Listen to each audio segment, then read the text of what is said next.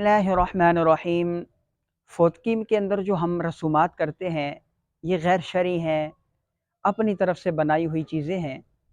हमें चाहिए बहैसियत मुसलमान हम वो काम करें जो नबी करीम सल्लल्लाहु अलैहि वसल्लम से साबित भी हो और सुन्नत भी हो और वो मुसलमानों का तरीका भी रहा हो, वतीरा भी रहा हो। फिर हम खूबसूरत लगते हैं कि ये हम मुसलमान हैं। देखने वाले पे असर पड़ेगा कि भाई ये मुसलमान हैं और मुसलमानों की तदफ़ीन 1400 साल पहले अपने नबी करीम सल्लल्लाहु अलैहि वसल्लम के दौर मुबारक की तरह हो रही है।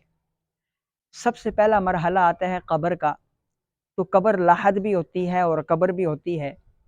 तो जो भी कब्र बनाई जाए, कब्र को अंदर से पक्का नहीं करना चाहिए। बसा औकात हमने बहुत सारे इलाकों में देखा है कि कब्र के अंदर पक्के ब्लॉक लगाकर या ईंटें लगाकर प्लस्तर किया जाता है। बिल्कुल ऐसा करना शरअन दुरुस्त नहीं है। अगर कहीं ज़मीन कच्ची है, कब्र गिरने का ख़तरा है, तो वहाँ पर गारे के कच्चे ब्लॉक बना कर के वहाँ लगा दिए जाएँ और उनको लेप दिया जाए। अदरवाइज़ वहाँ पर पक्के ब्लॉक लगाना, ईंटें लगाना शरअन क़तअन दुरुस्त नहीं है।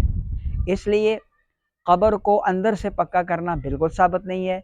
कब्र के अंदर कपड़ा रखना बिल्कुल दुरुस्त नहीं है और कब्र के अंदर मैयत के सर की तरफ थोड़ा-सा सरहाना बनाना भी दुरुस्त अमल नहीं है।